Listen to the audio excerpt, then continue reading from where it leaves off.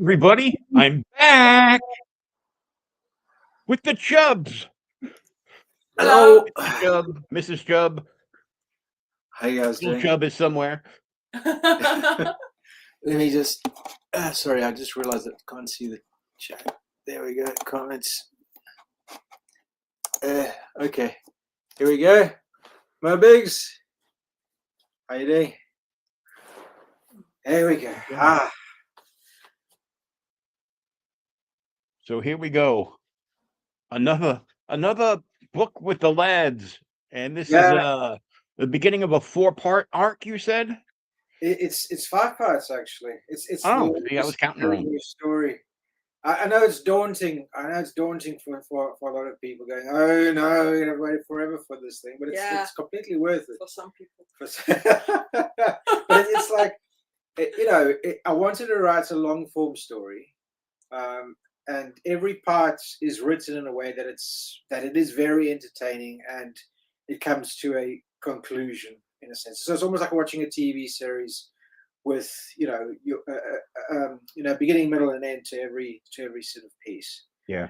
Spent a year writing and thumbnailing the story, and now it's just incrementally drawing each part. So the first part's been completely drawn, and that's what I'm crowdfunding at the moment. And it's going well so far. So I'm pleased. So it's definitely going to get printed, and people won't have to wait very long to receive it. So yeah, at the moment we have 76 backers. So it's very obvious that some people have been waiting for their payday at the end of the month. So yeah, come on, guys, you've been paid now. Yes, that's honest. indeed. I'm happy for any round of backers, to be fair. Every time I talk to you, I want to go out and buy a cricket bat. We actually have one, but like a kids one. Oh no, a full-size one. Do you guys have cricket bats in the USA? Oh, you got cricket bats on it? I should put some on the campaign. But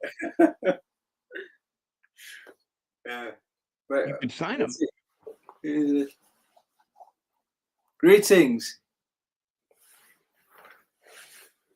That's Marv. So what time is it there? It must be about 5. I think it's 5 EST. 5 EST, yeah. It's a bit late here. We're 10 o'clock now. We're 5 hours ahead. It's nice though. I mean, normally when I go stream with somebody in the USA, it's 7 EST, and then which translates to 2 a.m. in the morning here. So when you're on with Bancroft, and it's 3 a.m. your time. Yeah. Yeah, it coincided with Luca Guetta's stream beforehand, so we were basically back to back. We had like half an hour for a toilet break in between the streams, so we just stayed up later. Yeah, it was fine. It was fine. Yeah, I knew. It's easy on the weekends. It's obviously in the week it's a problem, but yeah, it's rough because you got to get up for work in the morning. Yeah, exactly. No, but it's been fun though. No, I haven't done this in such a long time. I've had my. Oh, interesting. Portugal has got the same time zone as the UK. I guess it makes sense. Portugal, Portugal. Right? Peter Sudica. Yeah. Yeah. Interesting. Okay, that's random. Where did you see this? In the chat. In the chat. Okay. Yeah. Okay, I see. Okay, yeah. I didn't see that update. You can pull it up closer if you want. Okay, no, that's all right. I'm enjoying just sitting back, just relaxing. It's been a long week. So yeah, no, I'm enjoying it. I think I'm gonna have a beer. Are you drinking anything, Rob? Just coffee right now. Coffee, yeah. I've had my coffee. Yeah, I'll have my witch's brew. I had an edible a little while ago, so. Oh. Okay. Nice. Like a half of one, so I'm like, I go, I don't want to get all loopy. Yeah, that stuff's illegal. Yeah, along with speaking your mind online. Yeah, I see. Yeah. Oh. But so it goes. It will. Things will change. Cheers. Cheers.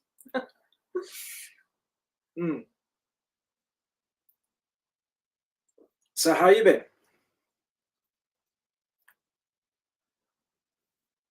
Out of the hospital. Then my dog just ate my mother's doily that she made like 80 years ago. Oh, gee. Oh no. Did it come out on the other side?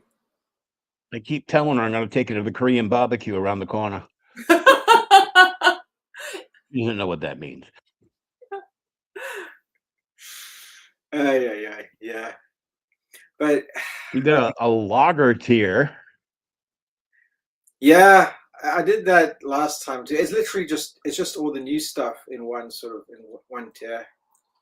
And that's Yeah, quite- like the feature tier with all the new covers and extras. yeah. So basically, if people back that, it's 3 covers, being the standard cover, the wraparound variant cover with Father Parish in the tree, and one of these sketch cover things that people seem to like now. And what people and you also get a PDF of the comic, and you get a set of art prints, the Virgin covers, and the Baphomet being chased by the boys in the car. Nice. So yeah, people have been basically getting the lager tier and then commissioning a sketch for the sketch cover that's on there. With the blank cover, yeah. Yeah, which makes sense. Well, that's good. That's got to keep you busy. Yeah. No, I've limited it to I think 20 sketches, so not too busy because I've got to jump onto the next installment of it. But yeah, I've been missing just drawing, just mock-ups, just sketches as opposed to comic books. So yeah, I'm happy to do that. Yeah. I do this project basically because I enjoy drawing. And I'm very bad at working with other people. So I've decided to write the damn thing myself, so that I have something to draw. And it's kind of worked that way. I can't imagine somebody telling me what to do. Except for me. Except, yeah. Well, he's stuck there. Yeah, one boss. A man can't serve 2 masters or mistresses. Yeah.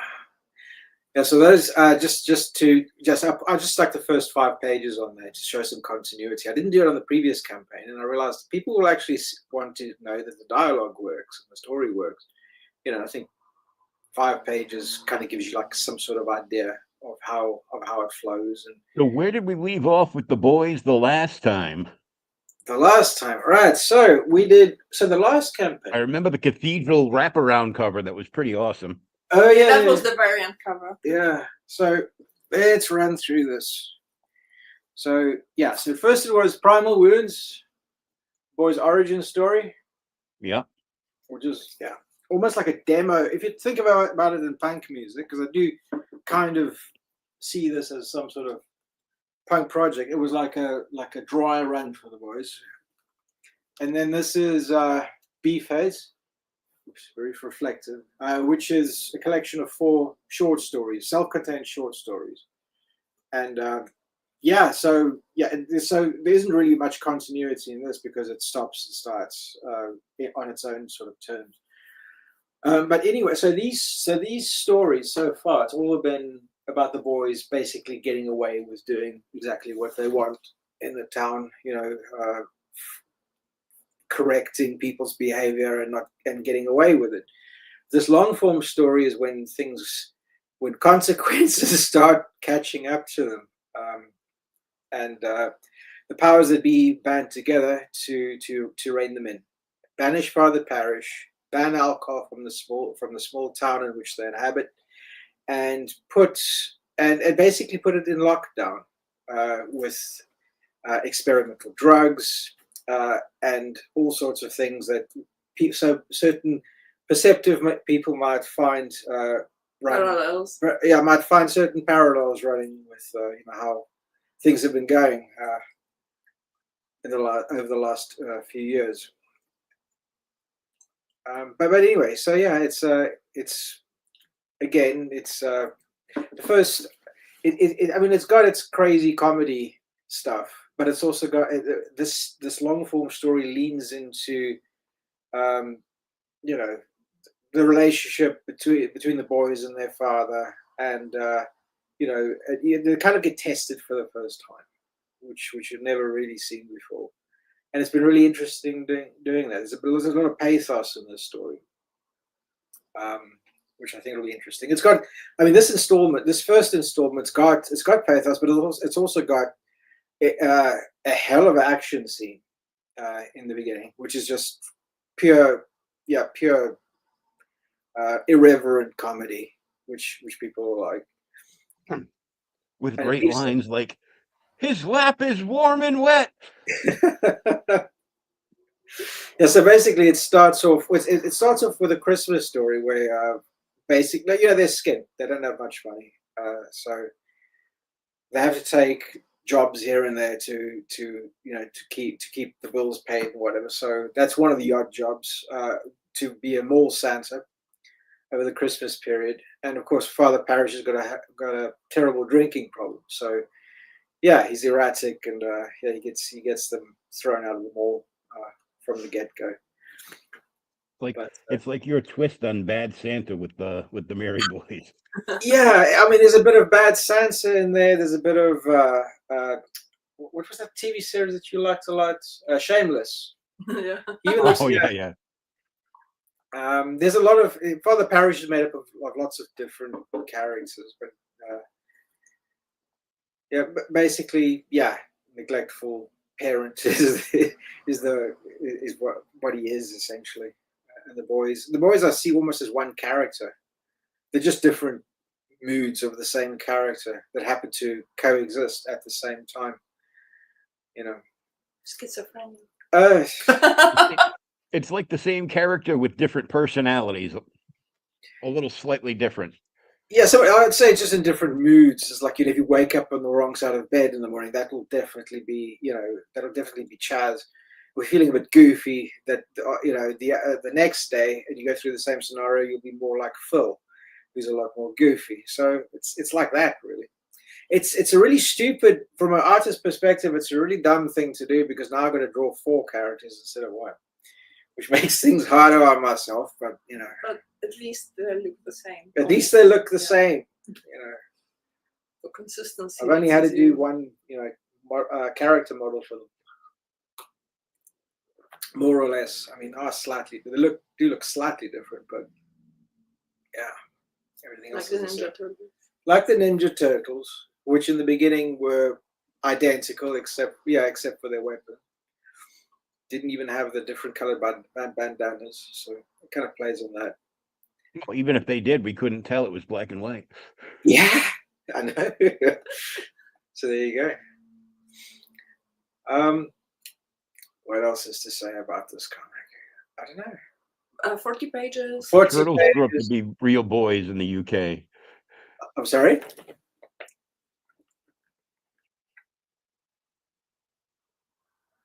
Yeah, it's basically the Ninja Turtles in the UK, but they're not. It is.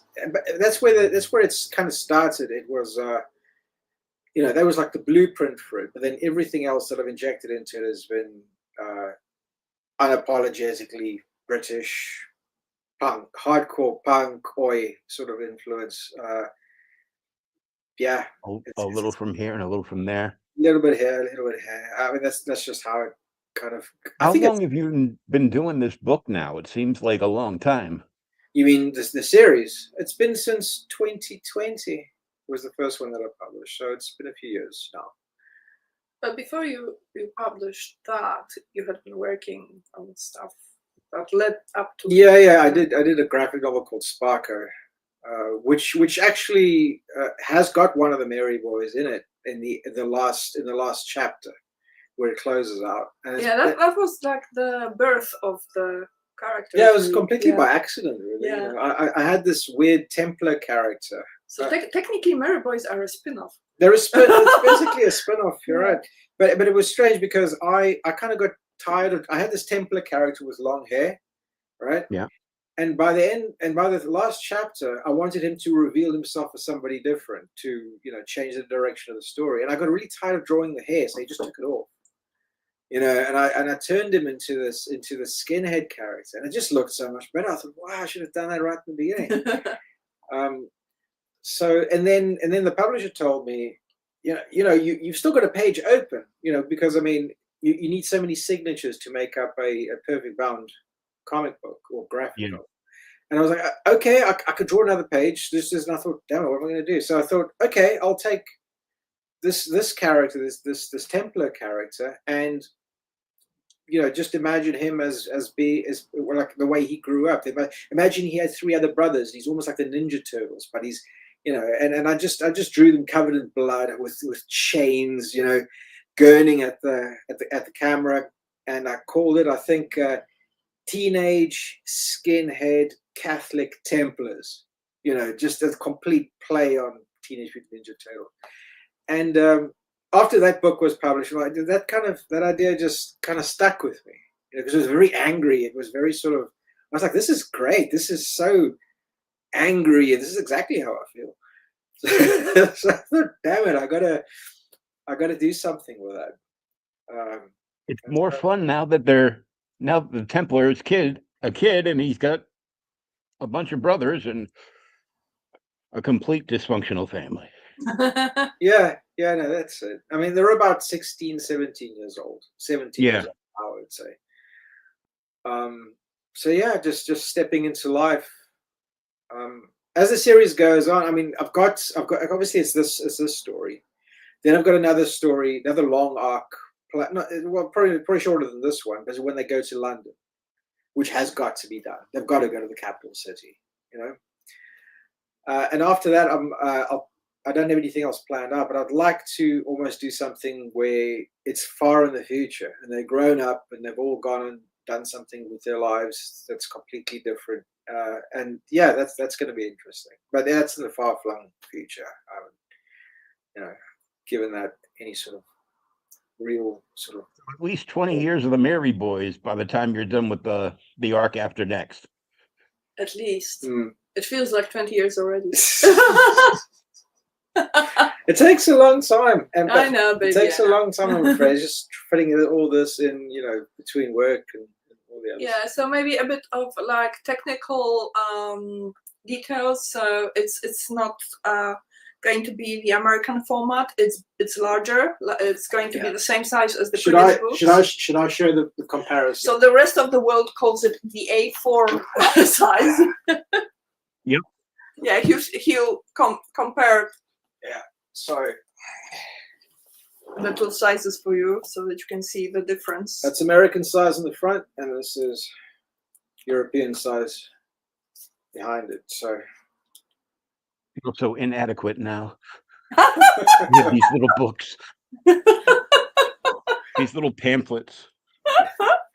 Well, the bright side is I can fit more artwork onto it. Yeah, and you can put in a lot of detail, and it will still be visible after it's been printed. Yeah. So yeah, it's just to complete the whole technical thing. So it's 40 pages, yes. Yeah. What kind of covers? Color covers. Okay, color covers. Staples. Okay. And you have 2 variants here. Yes. So there's going to be the standard cover, which is on the campaign, and a wraparound cover, which is a wraparound cover. Wraps all around the book. Yes. Yes. So what's Is the wraparound the one with Father Parrish? Yeah. When he's stuck in the tree, which is part of the first part of the story in this comic.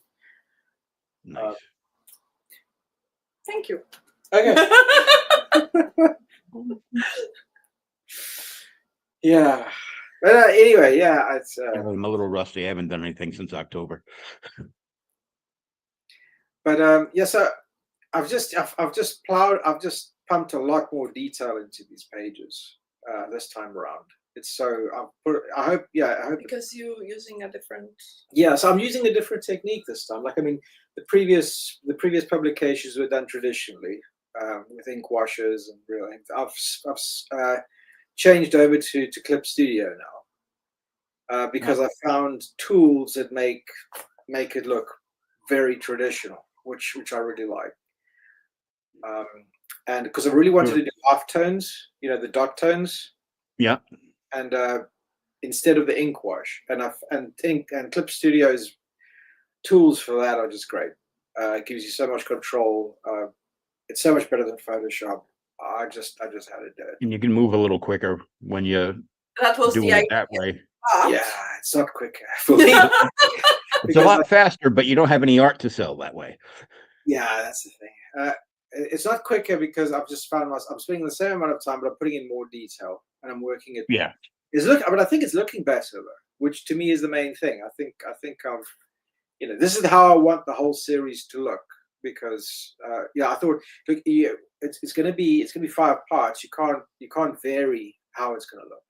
So I went in with more detail, a bit more realism, making the boys look more like actual teenagers than what they did in the first issues. They looked slightly different again in the second collection, and now they look more like actual teenagers. I want to hammer that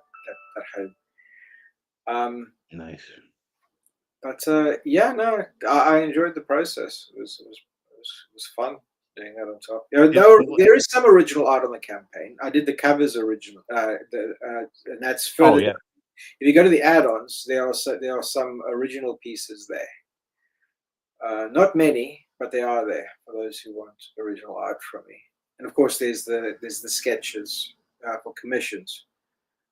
So yeah, speaking of original art, we still have a stack of original art from the previous. Yeah. So we have to get rid of them at some point. Yeah, we will. Yeah. Okay. The variant wraparound. So what's going to be on the back? I like the cover of them in the trash can.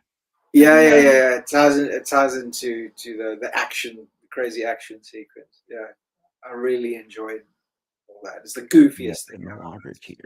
So what's going to be on the back of the main cover? It's going to be that Father Parish that I drew when he's saying "Stop wanking." Yeah. Okay. All right. Okay. That. Yeah. All right. Yeah. Are there any add-ons? Yes, right at the bottom there should be. Oh, there they are. Yeah, there we go. That's better. I was like, there's got to be more. So there's I put the original pieces of art as add-ons. So there's the 4 faces. I drew that in real ink. That's 1 page inside. It's just that's nice. Pin-up page. The wraparound cover is enormous. I think it's like A2 or something. It's really big. Yeah, we've got a tube for that. Yeah, it's massive.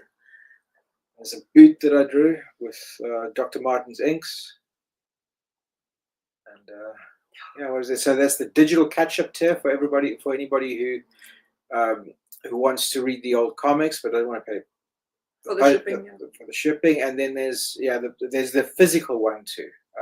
For people who want the physical comics. And the sketch. Now, how bad is shipping from your side to our side? I think it's about $10, something like that. Yeah, so our prices are still more reasonable than the American prices, it seems. We'll see for how long, because they keep going up literally every few months. So I can't even keep track of it. But it's actually on par with the American. I mean, it's $10. I think it's slightly cheaper. Yeah. Yeah, depending on the service too, obviously. Yeah. So I mean, the obvious comparison is how much do we charge to ship internationally versus domestic shipping in the US. And I think domestic shipping in the US is probably about $9 or something like that. I see. Okay. And I think and I think we're almost about the same, to be fair. So yeah, but shipping from the UK, so so that's it. In that way, it is. I know that America shipping from where you guys ship from to Europe is very expensive. Yeah. I mean, that's like sometimes it's 2 or 3 times. It's more expensive than backing the book. Yeah. So that's why I've been lax in backing things. That's why so many people end up hooking up with Critical Blast and drop shipping the big box over because it's cheaper that way. We just control freaks, and we like to have everything in hand. Yeah. We want the physicals. The thing is with me is like I like having control of the printing process and everything. With beef heads, I wanted it to be offset printing. and on certain stock, and it's just that control that I really want. Well, it's still cheaper shipping out of here and shipping out of the UK than it is shipping out of Canada. Yeah, apparently, I've heard of that. And they're right on our northern border. And like, yeah, it's right next door to you. I had bought something off a reseller, some old Silver Age books, like years ago, and it was like $28 to ship like 5 books Really? Insane. Yeah. from like Ontario to New England. That's crazy because in the UK and in Europe in general, there is a lot of competing couriers, so they're always, there's price competition.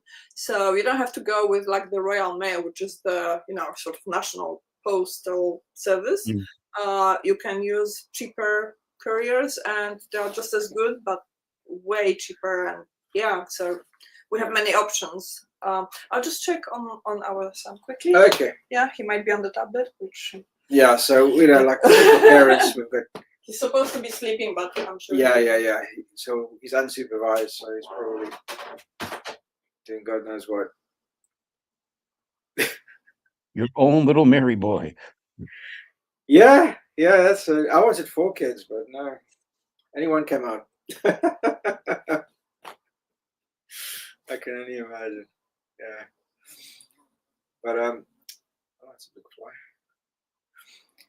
Ketchup. Brent ketchup. Yeah, so now it's not bad for the ketchup bundle, though. Yeah. I mean, it's. I don't know how. I think there is. Yeah, there's. Well, we did overprinting at the time, so there's. I've got a few boxes. Oh yeah, if you overprint, you got to get like a better deal on the printing cost for the books. Yeah, it's almost silly not to do it because because a lot of the cost is the labor in printing. So once everything is set up, and if you're doing offset, if all the plates and everything are set up, I mean, just to print more, it becomes really cheap. So yeah, it makes sense to do it like that. Overprint. Yeah. Yeah, then you have to find some room to store all the boxes. Yeah, I know. Yeah. Which we have. Yeah. But anyway. Got the room. If we sleep outside. Well, we're gonna. I'll convert the loft at some point. Yeah. We get into the point of converting the loft to store stuff. Yeah. That's good. I know. Sam from Sinopa has the same problem every time he releases a new book. He orders between 5,000 to 10,000 copies combined between all the covers. Oh, wow! And they drop ship pallets like in his driveway. He's gonna break them down and leave the car outside and lock them up in the garage as he sets all his tables up to do fulfillment. Wow, that's that's the scale we want to get up to at some point. Mm-hmm. Employ people to do the packing. Yeah. Fingers crossed. Yeah. But apart from the Merryweather, I mean, I've got another project that I want to do, which is with. I won't give too many details, but it's with a known character, but done in a way that's that hasn't been done. It's completely novel. It's never been done before. So yeah, that'll be interesting. It's also a horror comic, not really a comic. I mean, not really a comedy. It'll have like a little bit of comedy, but only to facilitate more horror, if you know what I mean. Yeah. You know American Werewolf in London, the movie.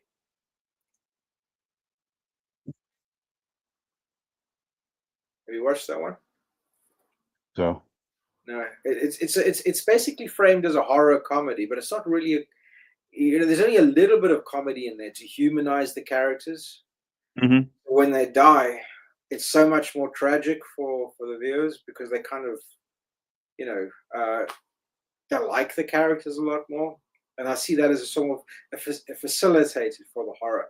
And Tales from the Crypt has also got a little bit of like it's always got a little bit of humor, a bit of irony, to twist the knife a little bit further into the guts, in the end of the story. Horror and comedy kind of go together in a way, Yeah, a lot of it, because well, it's dark comedy sometimes, but Yeah, it's still comedy can be comedy. dark. It can be a lot of fun. Comedy can be very cruel. In fact, my favorite kinds of comedy is very cruel. It's just because it works on that mechanism of being inappropriate, and horror works on the mechanism of being a shock, a surprise. So it's very similar in that way. And if you can kind of marry these two things up, I think the results are great. But yeah, Just gotta have the right mix of both of them for him to take off well in the story. yeah, I think so. I don't think you can. You could do horror. You can play horror completely straight and just have Yeah. it horrific. But I think the best horror for me has always been something. It's always been, the horror movies that aren't quite horror movies. It's got something. It's got some other element in it as well. And pure horror is often very tedious after a while. Yeah, pure horror does. I mean, if you can mix. I never knew there was such a thing as pure suspense, which I kind of got like after a while, like after watching some Hitchcock movies. I'm like, okay, he does pure suspense. You can have suspense without horror, without any when things don't pan out. And I thought that is really interesting, the way you can play on these different things. Yeah, I like more suspense in my horror than I like the hack slash stuff. Yeah, good gore. Yeah. When it's less obvious, yeah. You can have suspense without any tragedy whatsoever. There's this episode of Hitchcock Presents of a kid. Basically, it starts off with an uncle going back to America, and he with a firearm that he bought that he brought back from Cuba, basically, and he carelessly leaves it on his bed, and his brother's 8-year-old picks it up and puts the bullets in and disappears out the house. And and he starts walking around the neighborhood, and they realize too late that he's already gone and the gun's gone too. So the whole episode is about them tracking him through the neighborhood, and you can see where he goes, and he sees some kids and he points the gun at them, and then he decides, okay, he's not going to shoot, and he moves on to the supermarket. And that's what I mean. It really plays on. They almost catch him, but they just miss him around a corner. They look left instead of right. If they looked right at that moment, they would have seen him. And it just plays out beautifully. And nothing bad happens in the end. They catch him, and they take the gun off him. But the whole thing is just a roller coaster of emotions. And that's great. If it keeps me on the edge of my seat, I'm probably gonna like it a lot. Yeah, no, that's it. With maybe a couple of jump scares in there. We have a whole collection, all right? Hopefully I don't fall off the couch because I'm getting old. I'll break a hip. Yeah. Oh! What are you looking at for fulfillment on this campaign? Sorry, when? Time frame. As soon as the campaign's got another 45 days to run, because the new Indiegogo doesn't allow you to do like 30 days and extend it. For example, you have to do it all in one go. Okay, so it's 45 days now. That's remaining. Once that is done and we get our funding, I'll send that straight out to print. So because everything's done. So the campaign ends on the 12th of April. 12th of April. So it's going to be up to 3-4 weeks for printing and all that. So and then posting. mid-May we start shipping. I would think about that. Yeah. And of course, every backer will get the PDF anyway. So as soon as it ends, I'll just email everybody the PDF, and then you'll be able to read it right away, and then read the physical copy when it comes in. Yeah, absolutely. Yes. That's it. Yeah. Now, I mean, I should have done that with beef heads. Really, I mean, I didn't think to just do a PDF because I thought everybody just wants print. because on the Yeah, first, sorry, they're getting more and more popular. A lot of people are like opening up to digital It's a I lot think more. it's mainly about the costs, especially with the shipping added on. It can become quite pricey, and we totally get that because we're getting squeezed tighter and tighter too. Yeah. So Yeah. everyone else. but I think also it's for your collector who wants to keep the books pristine but still wants to read them. So that's a nice compromise. Pack them away in the underground storage vault, airtight, and you can read the PDFs. Yeah, or even print them out or whatever. Yeah. I've got 1 3/4 long boxes full of just creator owned comics and actual indie stuff. Some of them have their own boxes, like Infantile Chronicles. They put them in that nice fake book looking box to keep on the shelf, so it looks kind of cool. I was thinking of that, actually. I was thinking of doing like a box that's almost like a documents holder, if you know what I mean, and then it'll have art printed on the outside. So it might be an idea. Who did that on your side? On my side. He's always doing like the hardcore horror stuff. Peter Gilmore didn't do that. No. Lucifer, yeah. Lucifer Storm. Did he do that? I'm not aware of that, but he's Ed Gein. He did that, but that was a hard copy book. Maybe London, like Nick. London Gothic. I don't think so. I don't recall that, but if somebody did, good. He shipped one. He had it done up like an evidence box. All right. And had like blood splatter on it with do not cross tape on it. Police scene. Was it like a really thin book? Or was it a lot of was the comic book really thin? I couldn't hear anything. You were just breaking up. Oh, sorry. Yeah, our connection at night isn't very good. It's the spyware that they put on us. The British government, Yeah, they're listening in. Oh, no. Perverts. Yeah. We're talking about comic books. Relax. So no, I don't know who the. I'm not sure. Yeah. But it sounds cool. It does sound cool, and it's a good idea, and I think I'll adopt it. But we see what happens. But yeah, it's. I'm just glad to be. I feel excited because people are going to be reading it soon.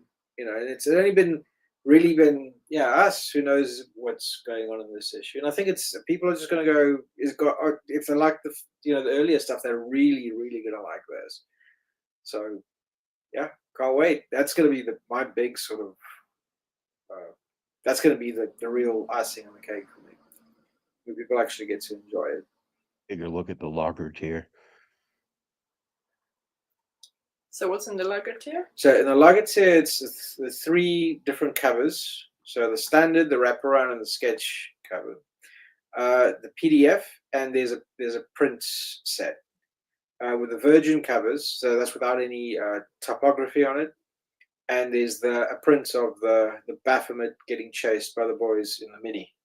Without the without the stars over the nipples. Yeah, that's important to mention that.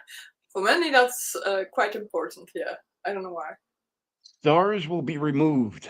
Yeah, all will be revealed. Yes. Boobs sell Demon comic nipples, books. Yeah. Boobs sell comic books for some reason. Funny enough, go figure. I did hide 2 sets of boobs on the Beefheads cover actually, and nobody picked up on that, which I'm quite impressed. I think some people did, like this inflatable, yeah. And what was the other pair? I forget. It was basically I can't show it was these little. It's not it's not on the cover. It's not on the cover. It's just on the back. I see. It's these 2 little posters yeah. over there. So like call girls advertising their services, but they're tiny. Yeah. But the other one was the inflatable, yeah, Asbo Comic Con. Oh yes, yeah. Yeah. So that was like a inflatable balloon in the shape of a woman, like, well, sex doll basically, with her mouth open and. Yeah, but turkey. you know, I don't really do raunchy comics. It's not really my thing. I think sneaking things in is much more interesting anyway. So it's like it's not very. I mean, the only reason I do these comics is because I'm not really supposed to do them, if you know what I mean. In this political climate and all that. Oh, there we go. Yeah. You're not supposed to. You're not supposed to. Have fun. You're not supposed to do anything that's gonna upset anybody. So obviously, I'm gonna do comics that are, you know what I mean. But in a way, sort of, just in a playful, teasing sort of way. I'm gonna make comics. I'm gonna walk my dog and fry bacon. Yeah, why not? You know, I don't know. I just feels like, you know, this wouldn't have been that out of place in the 90s in a big way. You know, because I mean, people were still allowed to speak their minds, still allowed to have some criticize, just whatever bad stuff. Yeah. Yeah, or just make fun of it. Just shine a light on it and make fun of it. But maybe things are changing now. I don't know what it's like on your side of the pond. You know. Yeah, I think the way. Terrible. The tide. Yeah, I mean, I think a lot of people just, you know, everybody who's given up on mainstream comics have given up and haven't looked back again. You know, I haven't read mainstream comics in absolute ages. There's so much stuff. Like, I get sent stuff to review all the time. From, like, you know, Image, and I get like some Marvel and DC once in a while, digitally to you know, read and write up on. I mean, there's a couple of things that are okay, but I mean, most of the Marvel stuff is terrible. I wouldn't even know, to be honest. The only thing I've read that is pretty good is Phil Johnson's New Hulk series, but it's just a continuation of a run he did from 2023. So it's kind of like the second half of that story. So okay, like, was it the everything else they destroyed or something in mainstream? So yeah, I don't know. Well, a simple example from our side. So to get our son into reading in general, to encourage him, we got him some comics called The Beano, which I've heard of that.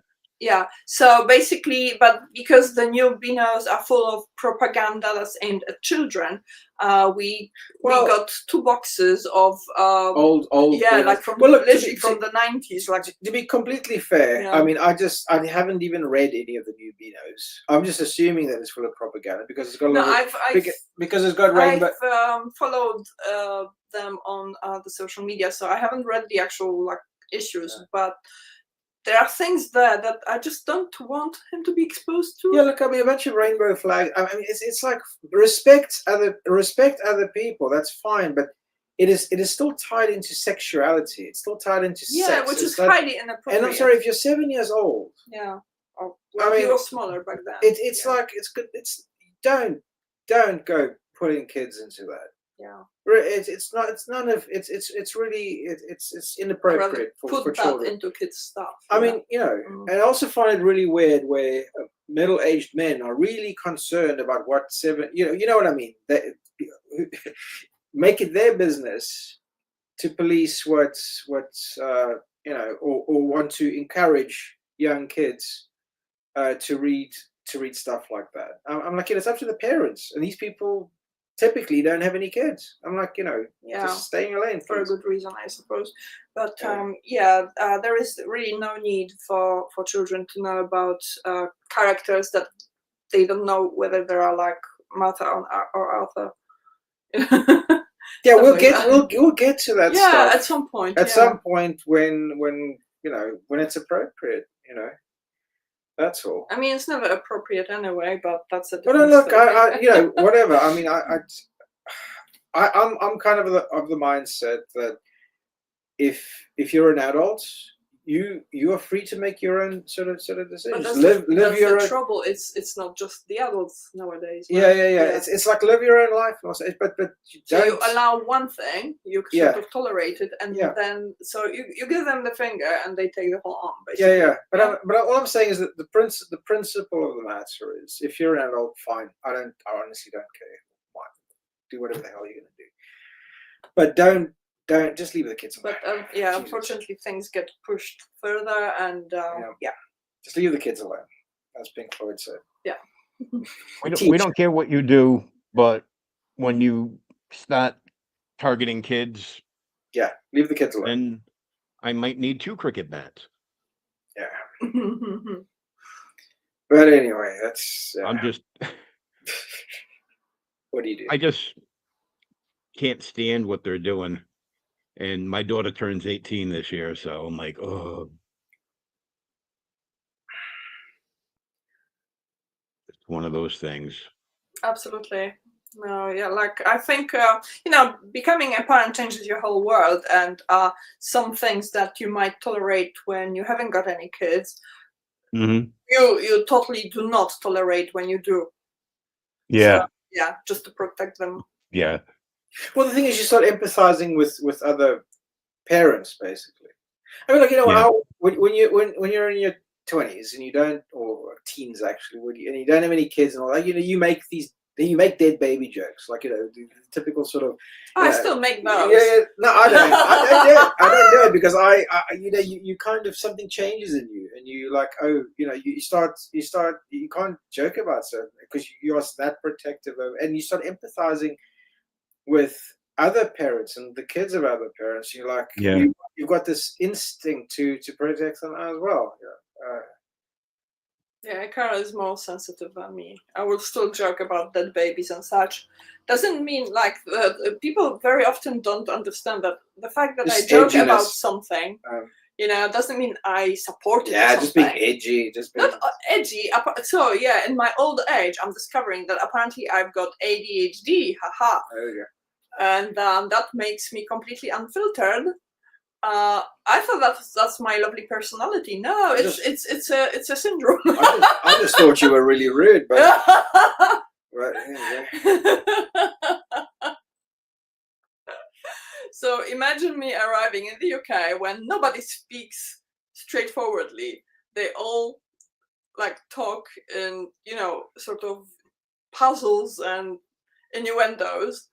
Yeah. And I was at a complete loss because people will say something and I would take it literally, and I was like, what? And then they get upset that I didn't understand, like I didn't take the hint. I'm like, I have no idea what you're talking about. Was I supposed to know? Because I didn't have a clue. So yeah, interesting. Plus, yeah, I'm from Poland, so in our culture, people don't usually beat around the bush. No, they don't. So that, like that coupled with whatever's wrong with my brain, a lot of people just can't take me. But then I have a group of people who are like me, or they can tolerate that, or they don't mind being told the truth straight into their faces, and that's fine, If you want your heart broken about your comic book or whatever, ask my wife for a critique. She will put on the heavy boots with the steel-toed caps and kick you in your nuts. Many years ago, he told me he actually appreciates my opinions about his art, because if there is something wrong, I will point it out. She will tell you. I will say it. Like if it's good, I will praise it, because if it's good, and recently I must say, there's been very little to criticize. He's improving, but if I just tell it as it is, like I don't, go like, oh, maybe I'm like, no, this is wrong. Yeah. This angle is wrong. What? Fix this, But at least you're not a Karen. You don't walk up to people giving unsolicited opinions while they're just going about. No, their not days, unsolicited. But if somebody asks me, I deliver what I've got. And sometimes people can't take it because they expect, the molecular kind of standard, which I can't provide. which I think is a bad thing, to be honest with you. I mean, obviously in the indie creator sort of sphere, people support each other and I totally support very creators, but very careful to sort of criticize, because that gets taken the wrong way. So I generally don't do it myself, because I'm like, if somebody did have to come to me, like I'll ask some people where we've got, like, I will send Peter Gilmore stuff and say, listen, be real with me. What do you think of this and that? And he does the same with me. And I'm like, yeah, great. It's very important. And of course, you need that insight sometimes. Sometimes you got too close to what you're doing. First of all, I'd never criticize somebody's work in public, because why? Also, yeah, you mentioned unsolicited. Like, I wouldn't, out of my own initiative, go and criticize anything really. If it's a bad movie, I'll go onto social media and say I didn't like it. No, but that's like a a sort of a public thing, Yeah, that's big. I mean, or like politics, like, that's different, but not like getting personal with somebody's, little baby that they cherish. Yeah. But I have had people approach me for proofreading and opinions on their art, and it's all done in private messages. So I'm honest, but like it's kept private, and I'm honest, but I'm not cruel, if you know what I mean. So I wouldn't like belittle anything or anyone. Yes, sure. I'll just literally factually point out mistakes, or if it's proofreading, I would suggest corrections, in a polite manner. She destroys you in private, basically. Yeah. That's a different topic, baby. That's a completely different, that's not the couch, Yeah. Anyway, let's go back to comics, maybe. Or she puts on these boots. Right there in the middle. Yeah, I've got some big boots, yeah. No, I love you gotta have a pair of good boots, very sort of handy. Yeah. Yeah. He needs a good pair of boots. Yeah. No, I gotta say, everything looks pretty awesome, man. Oh, thank you. Thank you. Not like Monica. So do you know how many sketch covers you have to do now? Like what you're up to? I think I've got, people have messaged me about 2 so far. That's going to be on the sketch covers. I have to look. You know what? On this campaign, I haven't gone like back and I don't like refresh the bloody page every 5 seconds, because it just causes stress. So every now and again, I'll look, oh, it's gone up again, or whatever. Yeah, we try not to obsess about. Yeah, don't obsess about it. The numbers. Yeah, what happens. So I'm not sure who's ordered what so far. Like, sometimes I'll recognize an email and I'll message the person and say, "Oh, thank you very much for that." But generally, I try and stay away from it. Otherwise, it's just a time vacuum. Especially if you have a campaign that runs several weeks. Yeah. It gets tougher not to look at it on like an hourly basis when you're approaching like the last few days. Yeah, that's it. Yeah, luckily there is this. So the new Indiegogo has got a slightly different system with in demand. Loads of things are different. But so for us, the in-demand period has been vital, and it probably will be the same. So I think now it's 2 weeks after the campaign so basically closes. what happens, the campaign closes, and then it takes 2 weeks before the in-demand, which I think now is called late pledge, gets set up. So there's like a gap, and then you can start funding again. Because for us, we typically doubled. Yeah, because I mean, from the time that she finishes funding to the point where the book is delivered, there's going to be no gap. So it'll be between delivery of this book and launching of the next campaign. That will be the gap, which hopefully will raise some more. Yeah, and that actually makes sense, because a lot of people, in order to spend so much money, and it's not cheap, obviously. It isn't cheap. That's one of that's the costs. So they want to first of all see if we've delivered, That's it. or at least started, and they want to see some reviews of the actual product. Yeah, and that's absolutely fine and fair. Yeah, what's always worked for me is, once the book is in people's hands and they read it and then they review it, and that's always worked in my favor. So hoping it'll be the same this time. But like I said, I think it's the highest quality one I've done so far. Yeah, that's why we don't really farm out any aspects of the production, because we sticklers for perfection.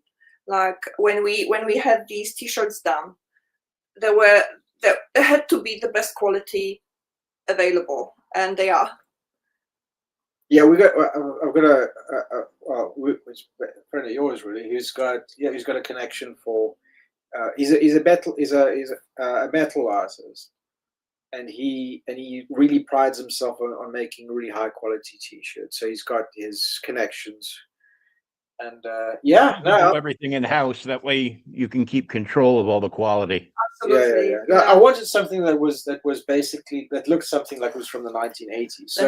So it's screen printed with only 2 plates. So it's just a white one and a red one on a black background. So it's only 2 colors. There's no gradation or anything like that. But it lasts absolutely forever. I mean, these t-shirts, you've had this a few years, several years now. Yeah, and it just lasts. Yeah, and everybody else reports the same. So the same goes for not just the books themselves, but also the process of packing. We want specific boxes, specific way of packing stuff. So obviously it's a lot of effort, but then at least we know it's done the way we want it. Mm-hmm. Yeah. Perfectionist. Well, it's not perfect. That's the thing. But we every time we do something, it's a bit better. So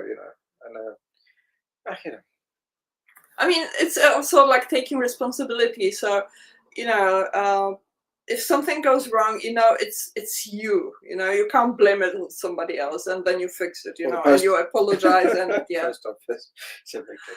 Usually, yes. Okay, yeah. Well, obviously, when they get shipped, it's out of our hands.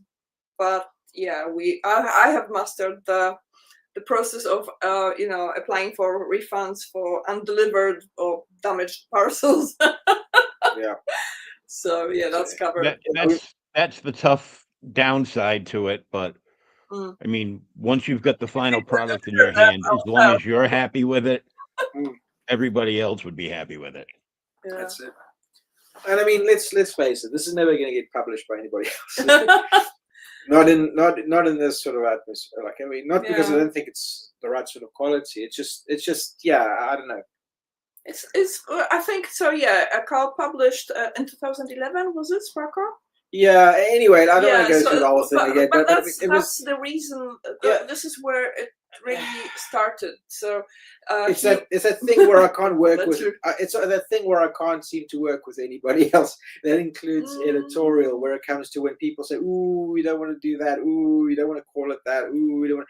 And I've run into this problem. I mean, like, I have spoken to other publishers, and some have been interested. Oh, yeah, we like this, good quality. Can you call it this instead of that? I'm like, no. It's like like some school saying like, "Oh, we'll take your child in, but like you have to rename them." Yeah, I'm like, no, I've thought loud and high about this title. I'm going to call it that. Oh, I'm like, yeah, I don't think you're the. Don't. You just start getting a bit upset. I'm like, what the hell is this? Just piss off, I'm not gonna.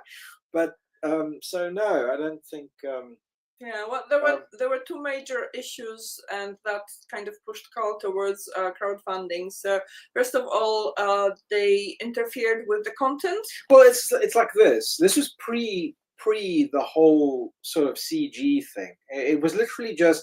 But CG. Well, people think CG came out of nowhere, but it didn't. It came from like a cabal of editorial in the mainstream. But that cabal was also extended into indie publishing. And I was basically told, like, I wasn't aware of any of the stuff. I just wanted to do an entertaining story. I didn't. Yeah, we it were wasn't. naive and it- innocent. It wasn't even that. It wasn't edgy at all. It Mm. was just a really dark sort of comedy where there weren't any redeeming characters. None of them. The protagonist wasn't. None of them were. It was just like a dark sort of story.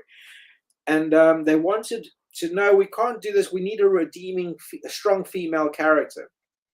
And I'm like, what? But that's not going to fit in the story because Yeah. everybody's an asshole and everybody fails, and that's the Mm. that's the comedy. It's like things go wrong, and then they just get worse and worse and worse and worse, and that's the comedic effect. That's how it works. So eventually, I did change it, and I regretted it because afterwards I went onto Twitter and I saw the same editor who told me this stuff, who was raging against white men and who was Yeah, you that know, was eye-opening. and I was like.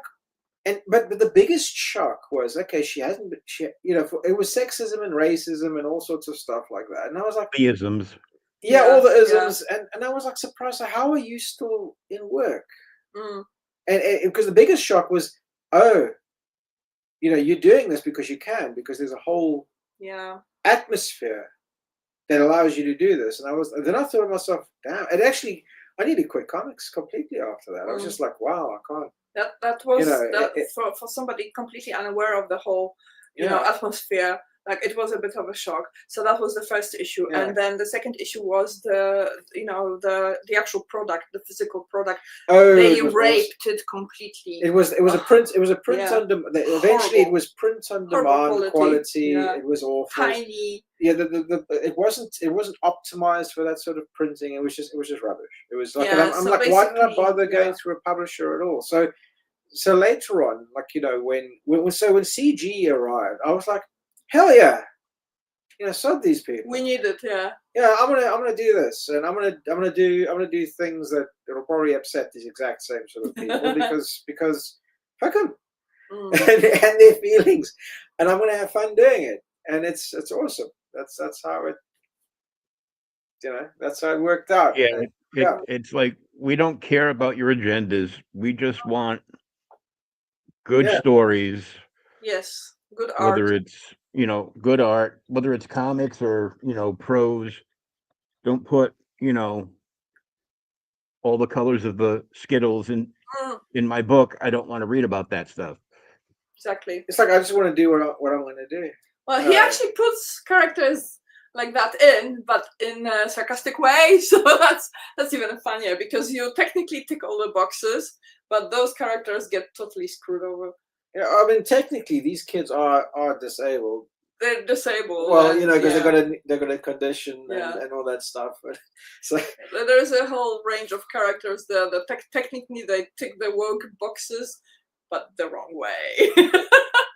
yeah, it's just I silly. love that. But I think the whole point of indie comics, right, is the only thing indie comics has over the mainstream is that it can do stuff the mainstream wouldn't normally do. Mhm. It's it's like it's a testing ground for bad ideas, some of which succeed. So in indie comics, your only edge is to do wild imaginative stuff that an editor at a big publisher isn't going to take a chance on. So that's perfect. So if you start reining in indie comics and trying to make them appeal to a mainstream sensibility, then you're killing indie comics. Yeah. I understand what indie comics are. Yeah, you're killing the creativity. Yeah, I don't care what they do in mainstream comics. It doesn't really matter to me because, I mean, There's no overlap. That's why most everything I buy is either indie or back issues from like the 70s and 80s and beyond that. I mean, I kind of stopped reading the mainstream stuff when my balls dropped. I just it was the death of Superman actually that got me like, oh dear, why did I spend all that money getting all the different covers, getting the graphic novel, I got the T-shirt, I got everything, and then bring the bastard back. After the reign of the Superman, I was like, I thought you're just gonna make do without Superman. I really thought this is gonna. No, it just turned into another big lie, another bloody soap opera. A melodrama. And just when you thought the reign of Superman was bad enough and way too long, then they become red and blue Superman Yeah. with different powers, and I'm like, oh, Why? It's worst just thing ever. Red and blue pill. exactly, and it crashed the comic market too. The speculators, Yeah. it created a bubble that burst, and a lot of distributors and publishing companies just went bang because of that.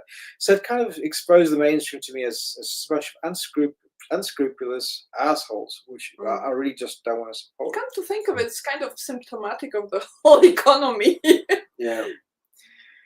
But I mean, I am partial to a lot of the old stories from from certain eras in the American mainstream. Yeah. It's not a blanket. I won't read it if it's mainstream. I really liked. I mean, and after I stopped reading, those sort of superhero mainstream books, I did get into the Vertigo things. I loved Swamp Thing. I loved. Yeah. At the time, I thought Sandman was good. Animal Man, Shade the Changing Man.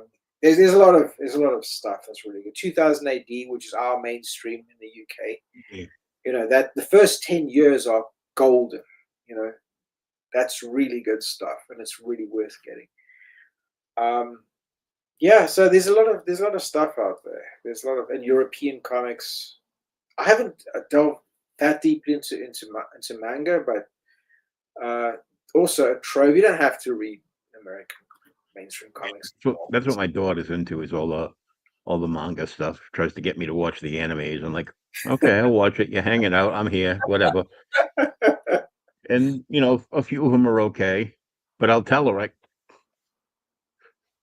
well, they are so big. This animated series is shit. Yeah. What else you got? But there's so much of it, and there's so many different flavors of it. Yeah. There's a lot of stuff I think is awful, but there's a lot of stuff I think is really good too. Yeah. So, there's just tons of it. You can find your niche somewhere. That's Yeah. and that's what any comic should be like. Don't try homogenize the damn. Let people do whatever the hell they're going to do. If they've got a following, then let this thing flower. Yeah. Let them do their thing, make their money, tell their story, and entertain people. Yeah. Don't try and push your own agenda in somebody else's indie comic. That is just ridiculous. We're not having that. No. I mean, look, who makes money out of indie comics? So you're going to be working basically for free, because that's what it was. I didn't make any money on that graphic novel. Basically for free, pushing somebody else's bloody agenda for what? The benefit of what? Yeah, exactly. What? What is it? There was no benefit. Yeah, exactly. No. So the company was gone. That same company's gone bang. They tanked. They tanked.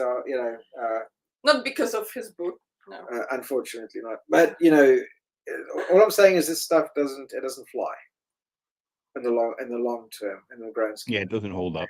It doesn't work. It just doesn't. Imagine walking in. Look, I'm not saying comic books are art or anything like that, but imagine walking into the British.